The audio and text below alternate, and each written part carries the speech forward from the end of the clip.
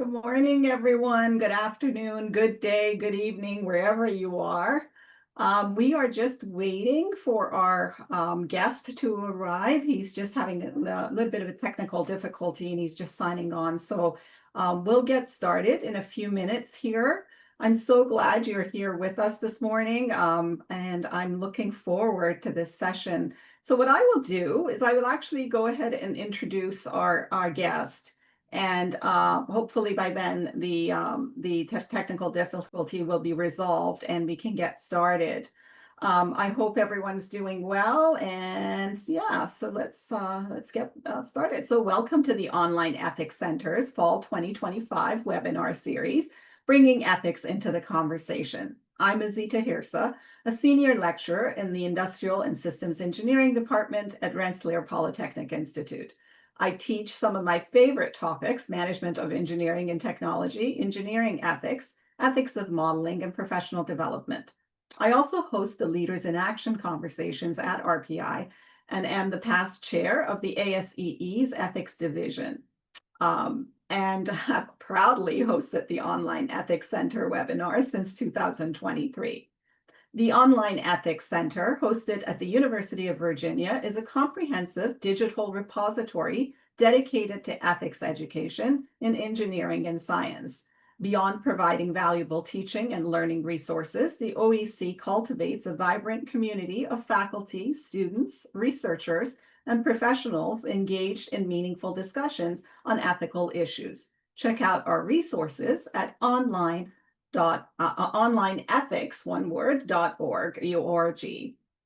Our webinar series explores engineering and science ethics within the interconnected realm of industry, government, and academia, the triple helix shaping the technological and ethical advancements. Today, it's my pleasure to introduce DeKai, a pioneer in artificial intelligence whose work bridges language, technology, and ethics. DeKai is a professor of computer science and engineering at the Hong Kong University of Science and Technology and a distinguished research scholar at UC Berkeley International Computer Science Institute. He is only one of 17 scientists worldwide named as founding fellow of the Association of Computational Linguistics. He is best known for building the world's first global online language translator, technology that helped pave the way for today's Google Translate and similar systems. Beyond research, he advises governments and organizations on AI ethics and is an independent director of the Future Society, a global AI policy think tank. DeKai's recent book, Raising AI, calls on us to think about artificial intelligence not just as tools, but as artificial children we must raise with care and responsibility. After DeKai's talk, we will take questions. To ask a question, please type in the Q&A box at the bottom of your screen rather than the chat box, and I'll read them to him. Audience members will not be able to use their mics or cameras. So DeKai is right here with us. What a pleasure to see you again. It's been so long. So please join me in welcoming DeKai, and the stage is yours.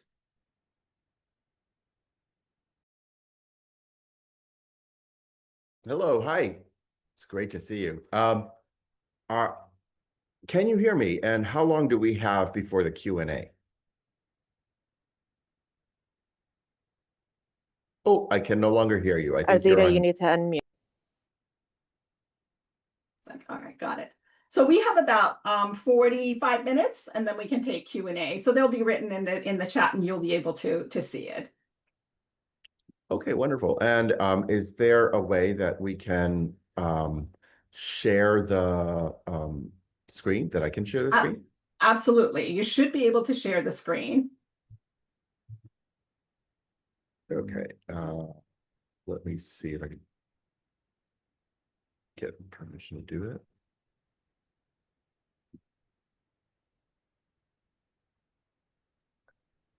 You should be able to do it by now.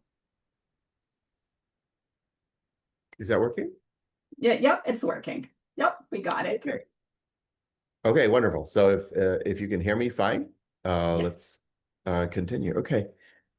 Yeah, so I would like to start by sort of resetting our expectations. The first thing I'd like you to understand is that you are an AI. Um, it's okay, maybe a little bit of an unusual approach, but if we think about the definition of artificial, pretty much I'm sure we can agree that all of you are made by people and that you're made as a copy of something that occurred naturally, which is mom and dad. And since we're all intelligent in this seminar, clearly you're an AI. What am I trying to get at here, aside from just getting your attention?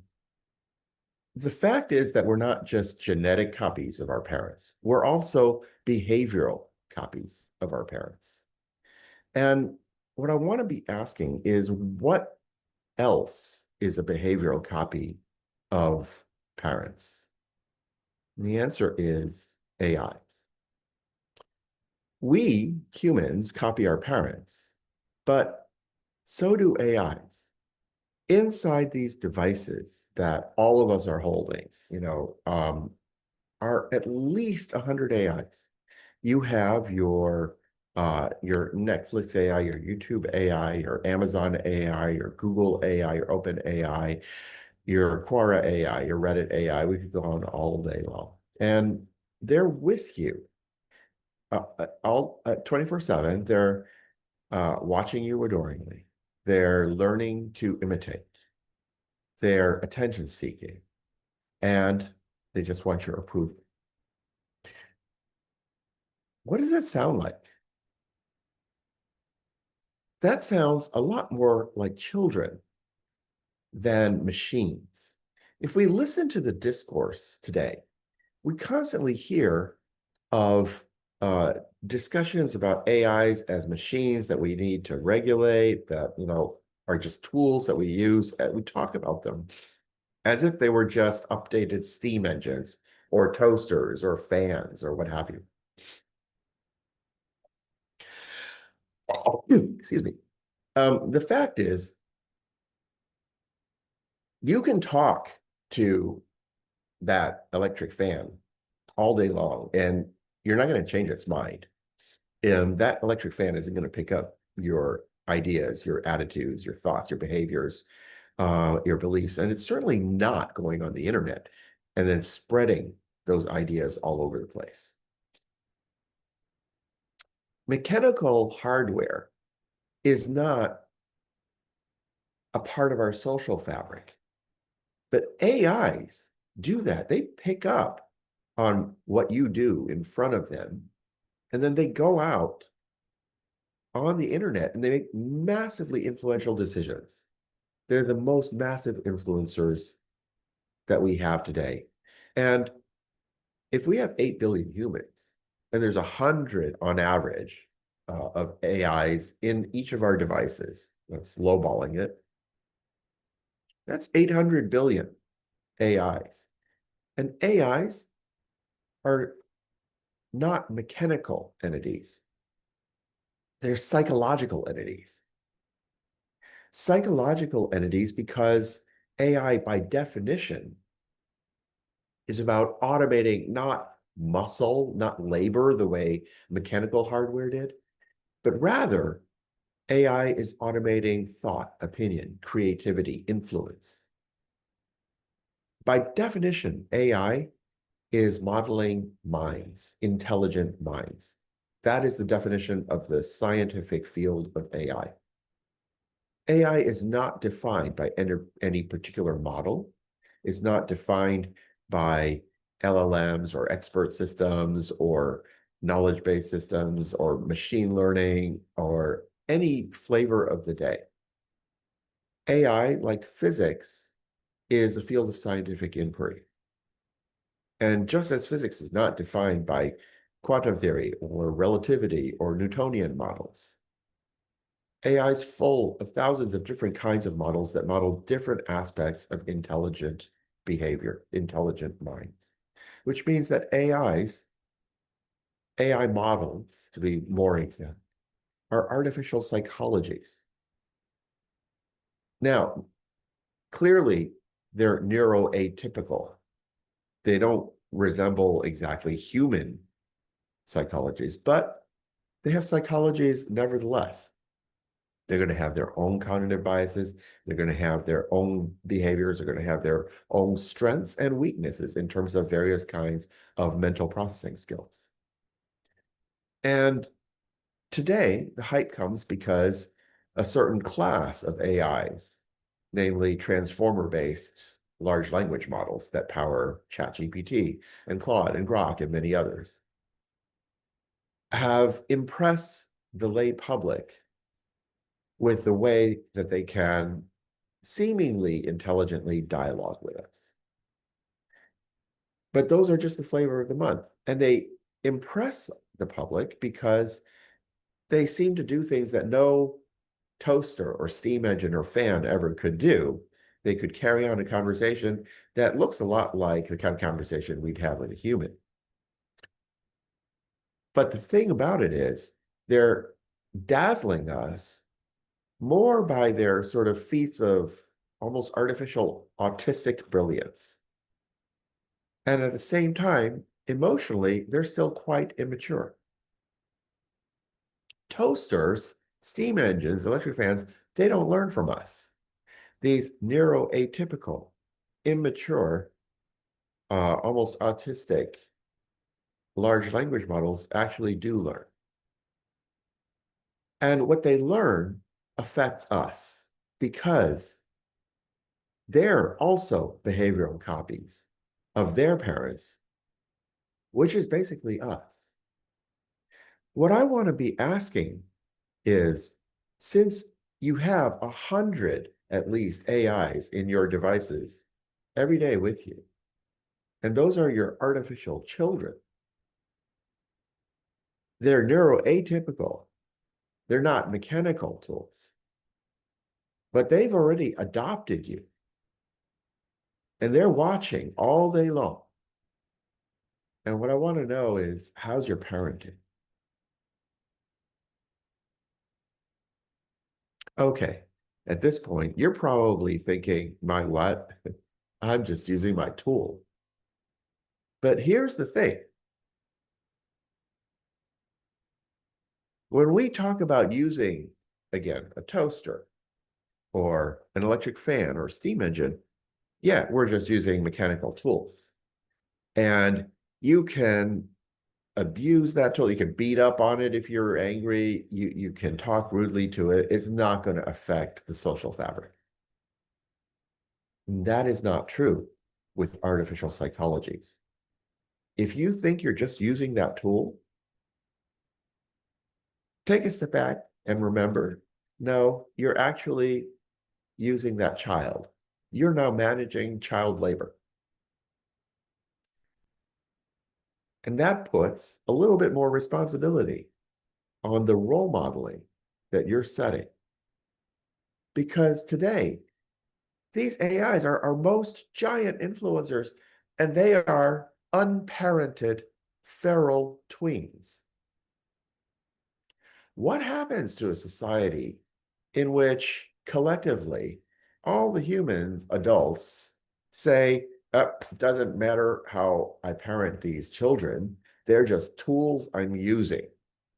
And then we behave without regard to what kind of example we're setting for those kids. That society collapses. And that is what's happening today. We wonder, we look around at the social fractures that are happening domestically in many countries, including ours, as well as internationally, geopolitically. How does this happen? I'm coming from a place where my perspective is different because I've been working on AI from a cognitive standpoint pretty much my whole life. I started when I was a kid. 50 years ago, 45 years ago, I was already building like game-playing AIs. And over 40 years ago, in 1984 of all years, I began my research career in AI at Berkeley. My PhD thesis there was one of the first to argue for machine learning, neural networks, statistical pattern recognition, et cetera, approaches to getting AIs to understand human language. This was a time when AI and natural language processing and so forth were dominated by the idea that you could build huge amounts of logic rule-based systems by hand to capture all the knowledge that you needed in order to parse and interpret English. But if you think about it, that's not how it works, right? When we're talking here, we're not talking about the fact that you're thinking that, oh, talk, that's a verb. You, that was the subject of the verb, not, that was a negation. If we had to interpret language that way, we would never finish reading a book. It would take way too long. And what I was arguing was, no, all this logic, rule-based stuff, that's a model of what psychologists call conscious controlled reasoning, or in more modern terms, system 2. And great cognitive scientists, behavioral scientists, Danny Kahneman, Amos Tversky. You may have read Danny Kahneman's book, Thinking Fast and Slow, for example. That is a class of mental processing that is conscious and aware, logical, attempted reasoning, but it's only a tiny percentage of our actual mental processing. Because you know what? Most of our mental processing is non-conscious. It's below the level of conscious awareness. Just like the example that we went through, you're not actually thinking that, oh, talk is a verb, and not, that makes it a negation. Who are the subjects and the objects of the verb? You're not thinking that. It's happening automatically. And traditionally, that kind of reflexive, intuitive, non-conscious, associative mental processing is called automatic mental processing. Which is why my thesis was called automatic inference. We do like well over probably 95% or more of our mental processing in that automatic mode. And today we call that system 1. Large language models are models of system 1. They're artificial system 1 models. In lay terms, think of that as they're system 1 models that are about how you feel about something. Okay, and a large language model feels like spitting out this word next. It's not thinking it through. It's just like spitting out whatever words it feels like. System 2, in contrast, is how you think about something. Well, it turns out that indeed, natural language processing can be done heavily with system 1. And that's why large language models work so well. And as many of us have noticed, they spit out words that frequently seem very convincing. They're very fluent. And occasionally you look at that and go, did you think about what you said at all? Did that make any sense? And that's because until very recently, there was no attempt in large language models to actually think through what they felt like spitting out. This year, late last year, we began seeing the first commercial versions of so-called reasoning models. That's just the latest term for artificial system 2. A lot of them are based on something called chain of thought. The idea is that we are going to now use our storytelling abilities that come from this primitive layer, artificial system 1 of language, and we're going to use that to construct streams of words that tell stories. Okay, that's what we do with these streams of words, is they all tell stories. But these stories are going to be logical stories, right? Because every time you do some logical reasoning, what are you doing? you're saying, oh, well, the clouds outside look kind of gray. Looks like it might rain today. Let me go back indoors and grab an umbrella because I am wearing a suit today that I don't want to get wet. And even though this is going to cost me 3 minutes of driving time, it's worth it. Okay, what am I doing? I'm telling a story. Now it's a boring story. The plot line's terrible, but I'm using that storytelling ability to do logical, rational reasoning. That's what system 2 is. The reason that we can do this kind of reasoning and my adorable, cute dog can't is because of our linguistic abilities. System 2 is heavily supported by the fact that we have linguistic capabilities beyond that of almost all of the other species on the planet.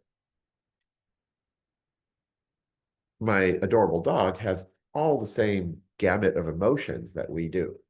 It doesn't take human level intelligence to have those kinds of emotions, happiness, joy, anger, hate, uh, shame. You get all of that. And that's one of the reasons why, we want to be a little bit careful when you hear people walking around casually proclaiming that AIs might be brilliant at, like sort of these large, huge tasks, but they can't ever have emotions or creativity and things like that. I know that makes us feel warm and fuzzy because it tells us that humans are special. But remember, like much more primitive species than humans also have all those emotions. That's actually easier to model than higher level cognitive reasoning processes and language understanding. It's just that there was never any large interest for many, many decades of AI research in modeling emotions. Like scientists kind of wanted to like jump straight ahead to the harder stuff. And also the funders wanted to fund the harder stuff, right? Emotions and how we feel about things are actually, on the whole, easier to model. Well, over time, we have advanced. In my work, starting 30 years ago, we pioneered the web's first online translators, which quickly spawned things like Google Translate, Yahoo Translate, Microsoft Translate, based on new kinds of language modeling approaches.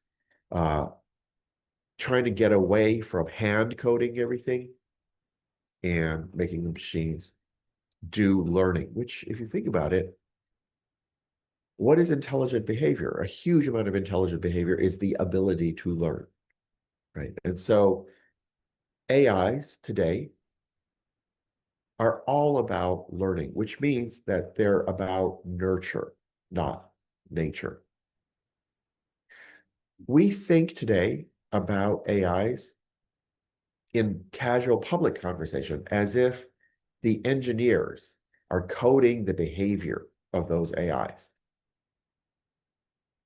And it's easy to say, oh man, those AI companies, their engineers are not coding the behavior right. That's a fallacy.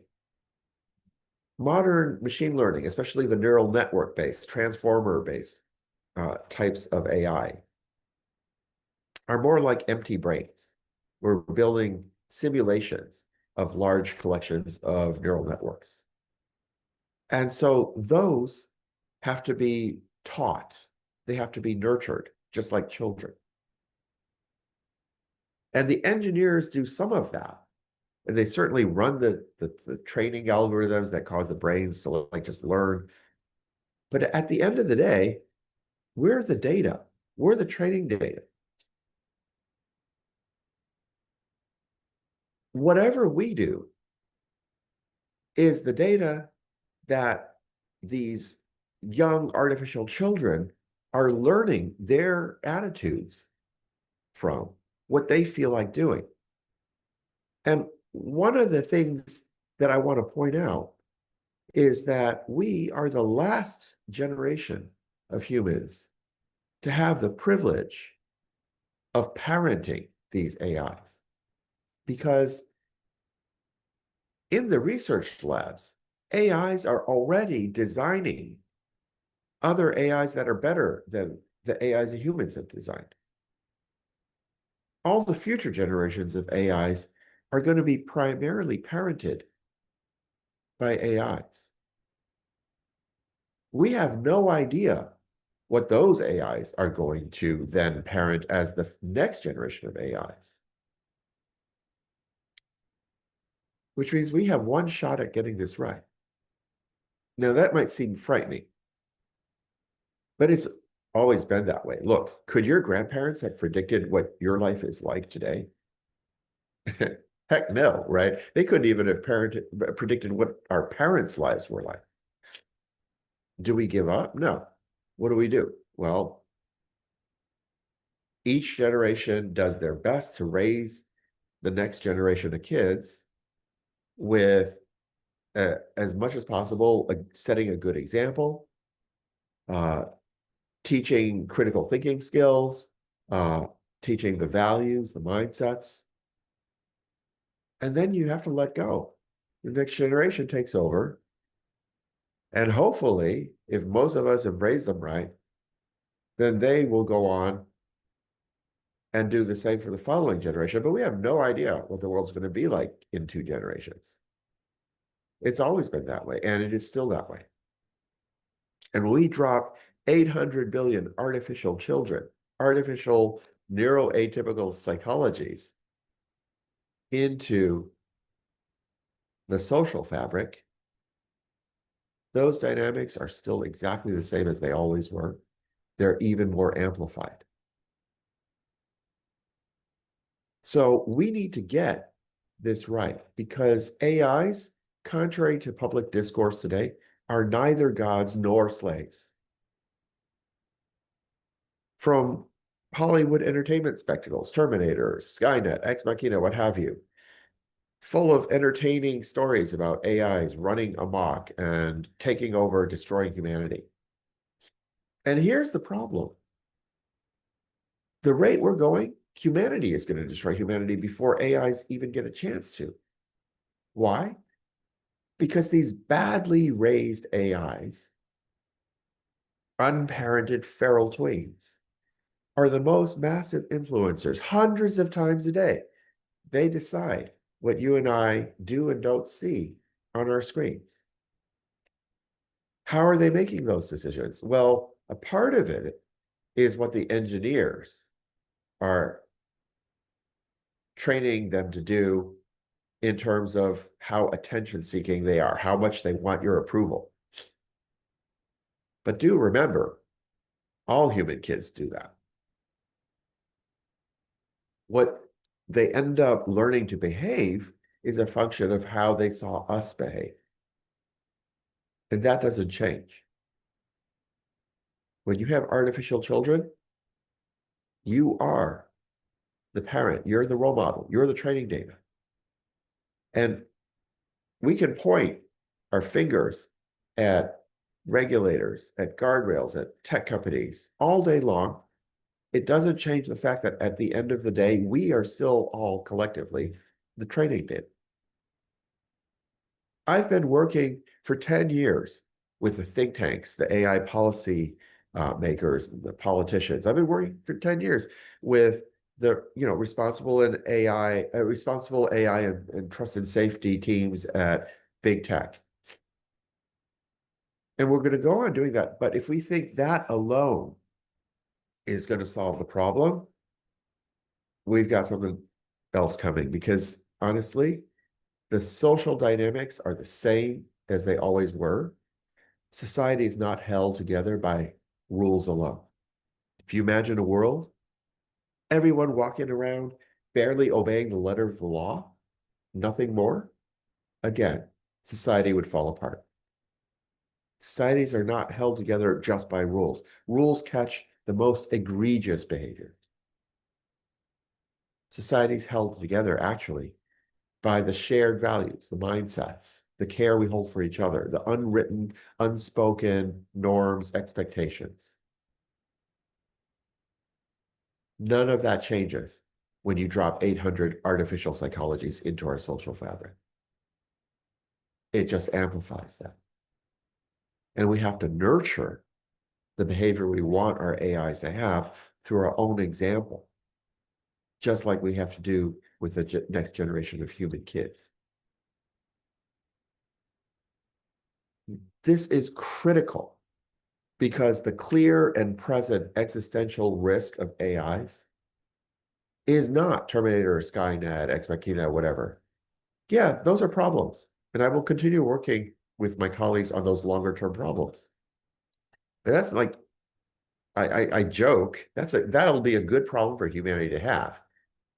Because the rate we're going, we're allowing ourselves to get polarized, hyper-polarized by the AIs behind our social media, behind our recommendations from YouTube, from Netflix, from Amazon, so from Reddit, and so on.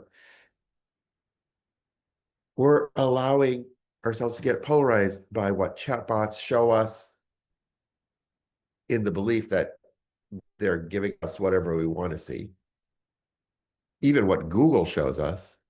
If you run an experiment where you give the same prompt to Google, the search query, with 100 people in a room, those 100 people are going to get 100 different sets of results, very different. Because all of these AIs are trying to win your approval. They're people pleasing. Newsfeed algorithms, same thing. And what that's doing is it's causing us more and more to only hear what we wanted to hear in the first place. That's amplifying and hardening fear, misinformation, escalation, hate, polarization. We're seeing this all over the place. Witness events, even of the last week or so. And at the same time, the problem is AI is also commoditizing weapons of mass destruction.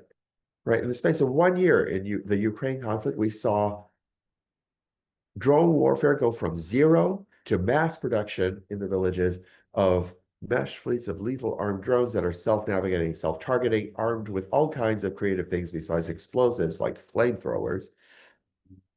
And those same production lines are now replicated in things like the remote jungles of Myanmar, hardly places we would think of as high-tech developed societies.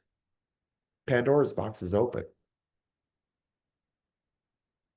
There's so many other forms of AI-powered WMDs, satellite targeting, navigation of hypersonic missiles, cyber warfare, biometric surveillance, killer robots, genetically engineered biowarfare. That's a really scary one. The Rand Institute points out how AI is making a living room technology out of that biohackers are playing with. Used to be $1 billion endeavor in the 1990s.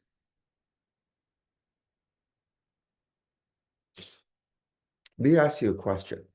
In a hyper-polarized world, where everybody thinks the people on the other side, whoever that is, are not just wrong, but they're evil. And they need to be destroyed before they destroy us. We got to get them before they get us.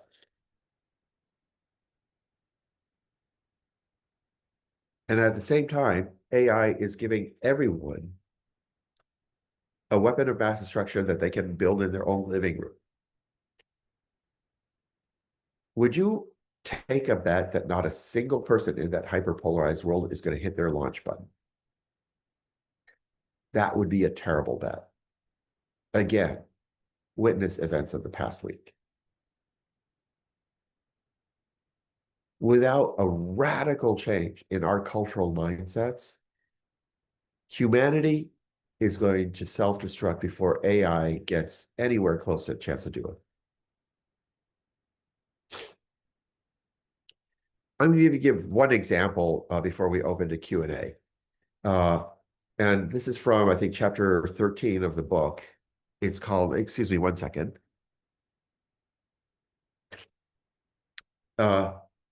It's called neg information. And this chapter actually won an editor's pick out of something like 56,000 TEDx talks worldwide per year. Because it's pointing out something that over a decade of research in information disorder has somehow managed to overlook.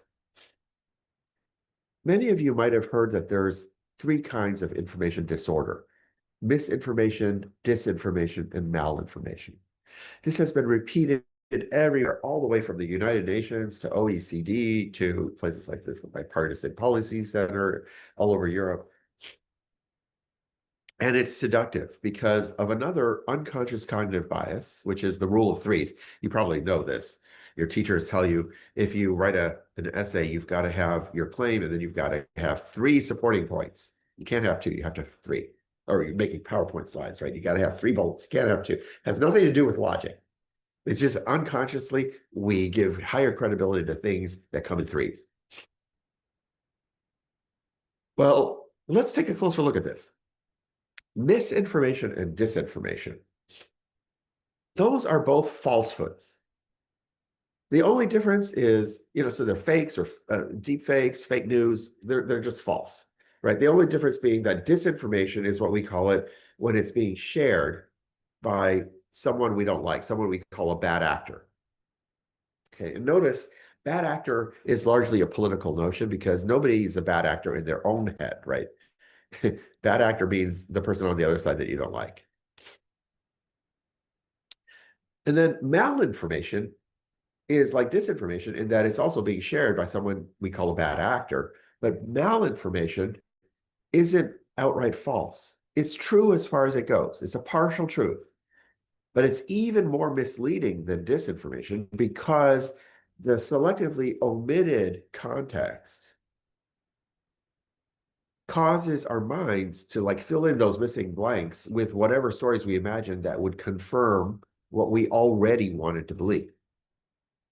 And so we see the partial truth, we fill in unconsciously the missing blanks, and unconsciously we feel like, oh, we have got even more evidence for the belief that we wanted to believe in the first place. So if you have two distinctions, the first distinction is it an outright falsehood or is it an even more misleading partial truth? And the other distinction is it shared by, quote, a bad actor, or is it shared by your crazy uncle, your fringe friend, your loony cousin? Not a bad actor, right? Well, when you have two distinctions, what does that give you? That gives you a 2 by 2. How many quadrants does a 2 by 2 have? What happened to the missing quadrant? That fourth quadrant there is what I call neg information. Neg information is a partial truth that's even more misleading than an outright falsehood because of the context that's been omitted. But it's being shared by your crazy uncle, by your fringe friends, by your loony cousins, not a bad actor. And that is 95% of the problem. It is the most dangerous, insidious form of information disorder because you can't fact check it out because it's true as far as it goes. You can't like filter it out because you trace the IP addresses to a bad actor. Neg information is not something you can point at. It's missing the key information that you needed to avoid your cognitive biases kicking in and hardening your incorrect beliefs. And until Raising AI came out, until the TEDx talk on the previous slide, nobody had even named this form of information disorder, let alone study it seriously. But that is the real problem that is driving this hyperpolarization, where one group of us doesn't understand some other group because we never even see the information that the other group is worried about. And this is a problem. Neg information is a problem that we are doing to ourselves. It's the negligence of not making sure that the negative space of missing information isn't being neglected. So this leads us to a much worse problem once we drop these badly parented, massively influential AIs into the picture.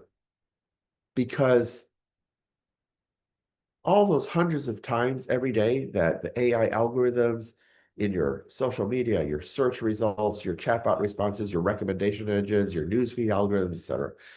Every time they decide what 50 things they put on your screen, they're also seeing they're also deciding what trillions of things on the internet you will never see. And we never know what they've hidden from our sight. We don't know what we don't know. We're not aware of what we've not been made aware of, to such a strong extent that it doesn't even occur to us to ask about those things. That is a massively, massively insidious form of manipulation of our unconscious psychology. And we don't have a choice but to empower AI algorithms to decide what to hide from us, because none of us can possibly keep up with billions of posts every hour.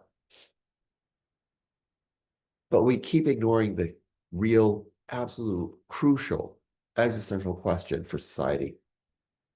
What are the criteria, the principles that our massively powerful AI algorithms should be using when they decide what they're never, ever going to show us? Those are the kinds of questions that I'm trying to center. Today, the way we're parenting our artificial children, the behaviors that we're showing them, every time we only like what we already agreed with, every time we swipe past, dismiss things that came from people we don't like, perspectives we don't agree, we're teaching these AIs, these artificial children, don't broaden our minds. Every time you respond rudely to some idiot's post, you're teaching these massively powerful artificial children that's the way to behave in society. No wonder we see collapsing, fracturing social fabrics. Look, I have been a lifelong AI builder. I believe AI is the best thing that humanity's ever invented, that could help humanity, that could help all of us, each one of us, to see our blind spots. But we need the social will to deploy it that way, to accelerate deploying AIs of that type, instead of the horribly destructive ways, the suicidal ways that we're currently deploying AI. It's not about whether we accelerate or decelerate AI. It's about what kind of AI we're accelerating. Nobody's ever told me in decades, DeKai, it was a bad idea to invent translation AIs on the web. Everybody thinks accelerating that's one of the best things we could do to help stabilize humanity. We need to decelerate the kinds of AIs that are polarizing humanity, that are preventing us from understanding each other.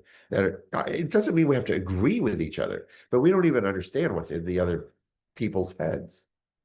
That is not a recipe for survival, let alone flourishing of humanity in an era where AI is placing weapons of mass destruction in everybody's hands. Remember that AIs are always imitating us. Every time you're on your device, imagine that 8-year-old kid looking over your shoulder. And then decide to parent with purpose. Because we have one last shot to get this right. We have a chance to flourish if we go beyond 20th century outdated, we're just using our tools. If we go beyond rules, regulations will save us. If we go beyond guardrails are the solution.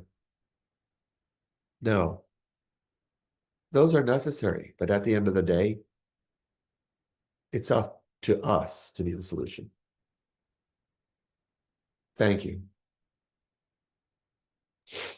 Thank you so much, DeKai. Every time I'm in a room with you, I feel like it's a master class. And thank you. This was great. And I read your book. I loved it. I have one question, and then quickly, I have a couple of questions and in the chat that I want to read to you. Um, is it fair, based on what you said, and if I heard you correctly, then is it fair, or I guess the question is, how realistic is it that our collective societal values can kind of guide these systems? What happens when we have different cultural values? How can we actually do it and I know you said, corporations and people, the engineers have some responsibility, but the rest of it is up to us. Can we actually do it? And if so, how do we do it? Look, I mean, we've always had to do this, right? Civilization has always had to deal with different cultures and clashes between different cultures and so forth. And at the end of the day, I think we have to be realistic. And part of that is realizing that ethics involves not just rules, right? And any of you who've, studied introductory ethics, there's thousands of years of traditions in ethics, and rule-based ethics has only been sort of like incredibly dominant in just popular thinking over the last century. In ethics, that's called deontological rule-based ethics, right? But ethics also has long, long traditions of consequentialist ethics, which are basically outcome-based ethics, and virtue ethics. Virtue ethics says, well, we do our best to predict outcomes, but like it's impossible to be perfect in those predictions. And the rules generally don't cover most things, and the rules themselves are constantly contradicting each other. So what do we do? Well, act virtuously locally. Each person locally should act virtuously. And I think the rise of AI actually, interestingly, brings back the need for us to look at consequentialist and virtue ethics.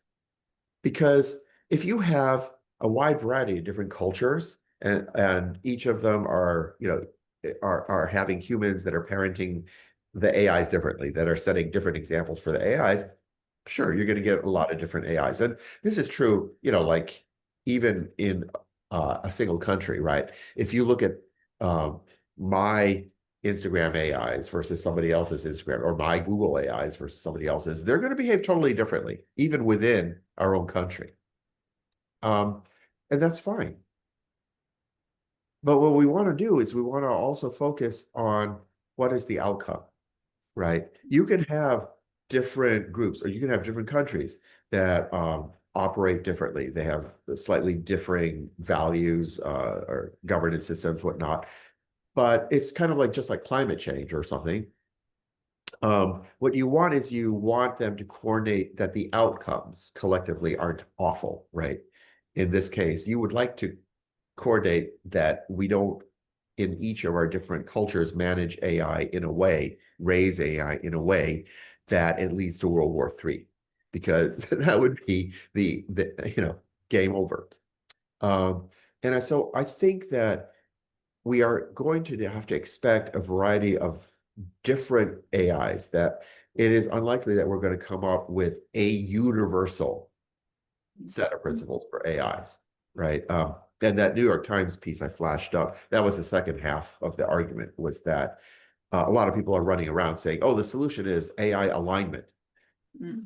And that's like a man with a hammer problem. In AI, modern machine learning AI, like everything is a problem of optimization. So you just have to define a mathematical function that says, here's the objective, and now we're going to maximize our score on that objective. And so, oh, how are we going to keep AIs from destroying humanity? We just have to define mathematically an objective function for what would be good for humanity. And now we just have to get AI to optimize the score on good for humanity. And we sweep under the rug the actual question is, like even 5 leaders of OpenAI, when they tried to fire Sam Altman, couldn't even agree, couldn't even align with 5 humans. How are you going to get 8 billion humans to do that, right? And so we have to expect diversity. And what we need to do is we need to try to align on outcomes. Thank you so much.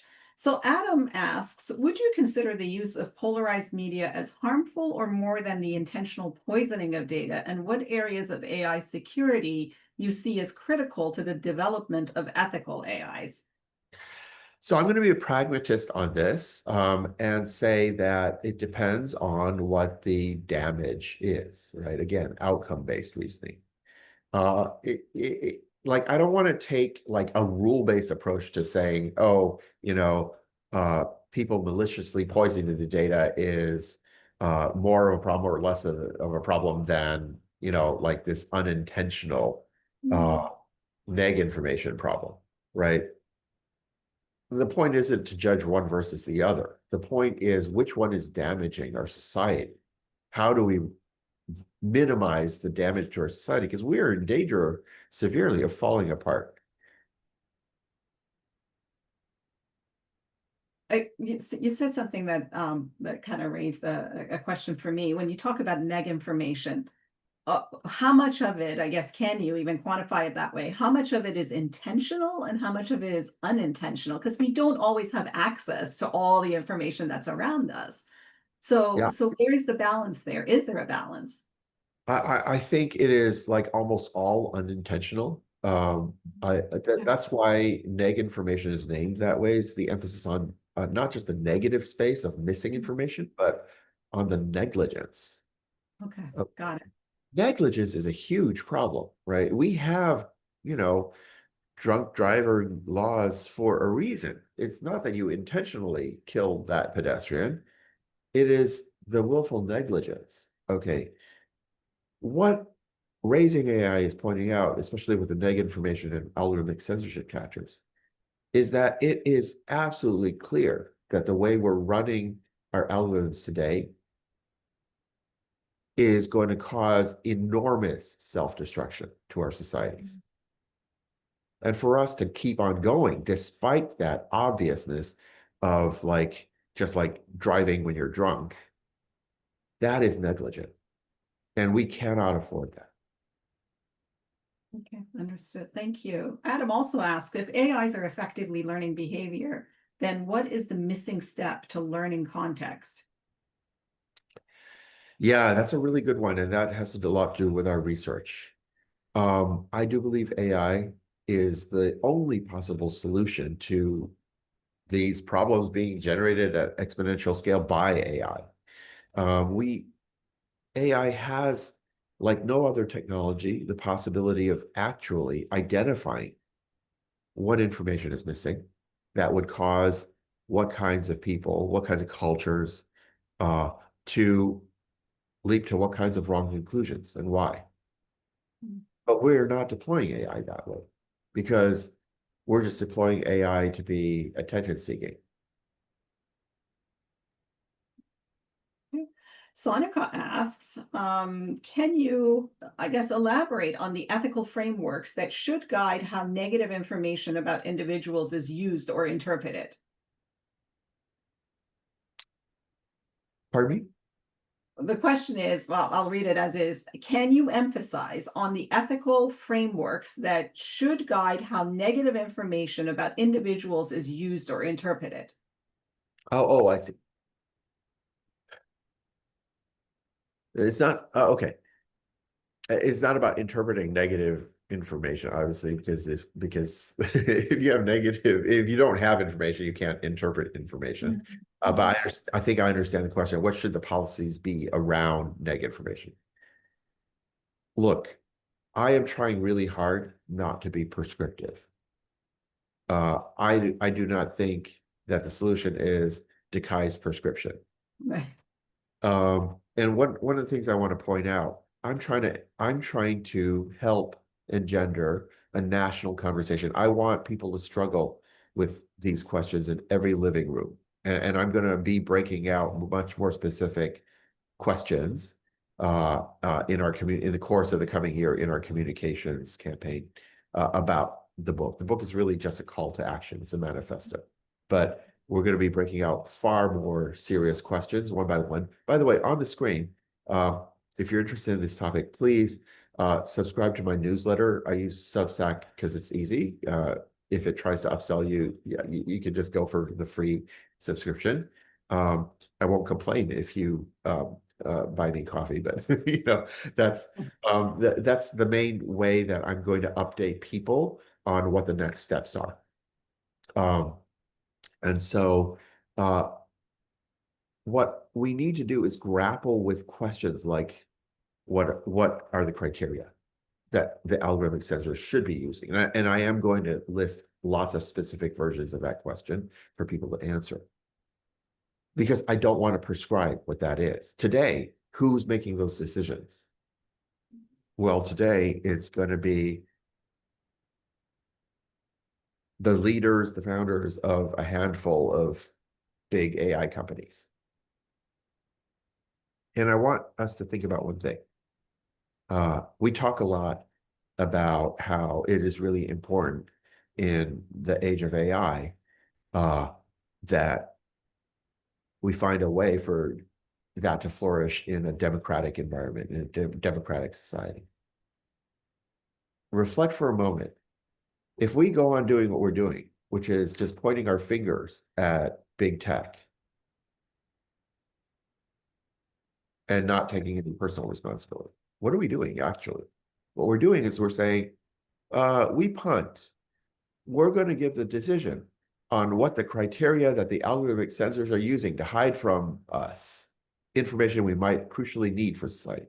We're going to give that power to a handful of unelected for-profit tech founders. That sounds rather autocratic to me rather than democratic, right? If we're going to talk about wanting to support a democratic approach, we got to walk the walk. We have to all actually grapple with these problems, because these problems are not easy. Any solution you come up with to what the criteria algorithmic sensors are using is going to interact in some way with the First Amendment. There's no way around that. And you can't say, well, we just have to ban algorithmic censorship, because as I already pointed out, no, the algorithms every day already are deciding hundreds of times a day what they're going to hide from you. You can't get away from that. It's already interacting with the First Amendment. This is fascinating. Thank you so much. It's interesting you say this, because our next speaker is Dr. Badaracco from Harvard University. And one of the things that he's going to be talking about is corporations, and how corporations have changed over time, and the role of decision making and the way we make decisions, ethical decisions about the world around us, and in particular with AI. So thank you so much for raising that, and that concern, and the way we need to think about this.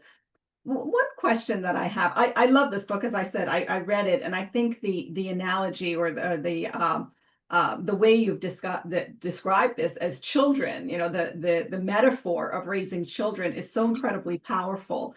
At the same time, do you feel, and I know that sometimes we talk about this in terms of, metaphors, is it possible that we may be oversimplifying things and creating a sort of anthropomorphizing this in any way? Is there a concern? Yeah. No, I actually addressed this in the afterword of the book. And this is why I emphasize that these artificial children are neuroatypical, which, I mean that technically. They're neuroatypical means their brain architecture differs from the typical. Okay. Certainly today's AI models, they are neural networks, but they have a different architecture from our human biological neural networks. They're still not toasters. They're still not steam engines. I think the point is this. I'm not going to say that anthropomorphizing is the perfect metaphor, but it is a heck of a lot closer to reality than the way we're doing it, which is like saying, oh, we're going to regulate AIs the way we regulate toasters. We're going to put a safety certification on the toaster. And so now we're going to do the same thing to the AIs. It's like, no, that metaphor is leading us astray, because you can't put safety certifications on humans very well. We don't do that to our children. Right. And you got to understand, we're dealing with artificial psychology, not artificial mechanical entities. And so all of those dynamics all still apply. And because we need to use the closest metaphor that our intuitions can work with, that's why understanding that these are artificial neuroatypical child psychologies is a far safer alternative than just pretending they're toasters, which are not part of the social fabric. Thank you so much. We're at the end of our session, but I have one other question if you have a moment to take that question. Is that okay with you? Sure. Yeah, awesome. So Christine asks, what education do users of AI need that they're not getting now in order to make these changes in their behavior with this technology? That is a moving target. Are changing faster and faster and faster. If you think the shock when GPT dropped was large, if you think the shock when DeepSeek dropped was large, you ain't seen nothing yet. And I am not given to exaggeration. I'm one of those who for 40 years said, do not believe the hype. We are not there yet. When I, as well as almost all of my other colleagues at this level, who have always said, guys, don't believe the hype. And when all of us almost are now saying, we need to worry, the timeline is hugely accelerated. It's time to pay attention. And the problem is that anything we teach you now is going to be obsolete by next semester. Like, do you remember just a couple of years ago, I had all these friends asking me, I'm thinking of switching careers. I'm going into prompt engineering. What do you think? And they were all excited. And I'm like,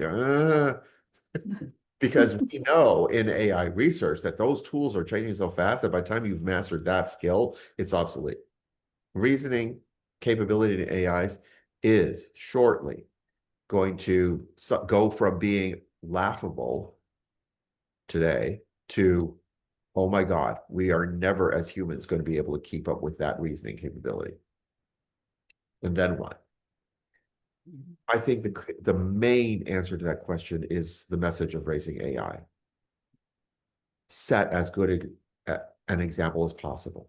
When the reasoning AIs come out, they're also still going to be learning from our example.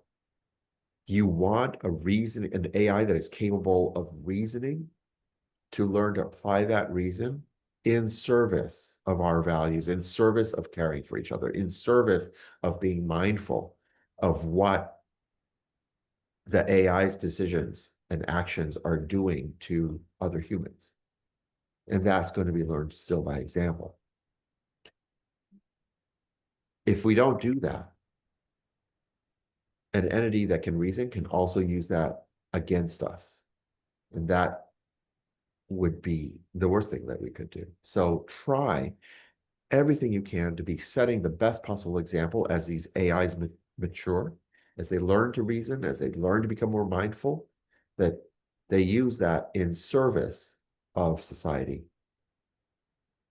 through our own example. So Christine says, do you believe that the average user has this understanding of the significance of their interactions with AI and setting an example for it?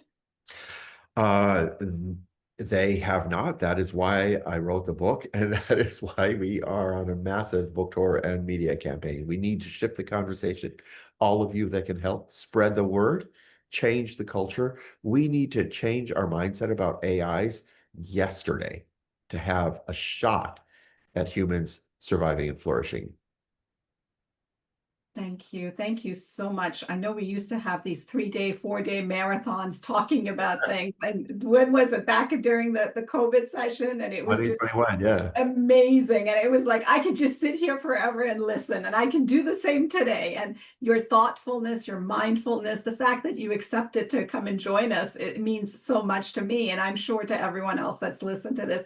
I highly recommend people go out and get this book and read it. I think it's just amazing. So thank you so much. I want to thank the OEC's director, Dr. Rosalind Byrne, who's also with us in the room, and our coordinator, Tracy Marshalls, and to all of you for joining us.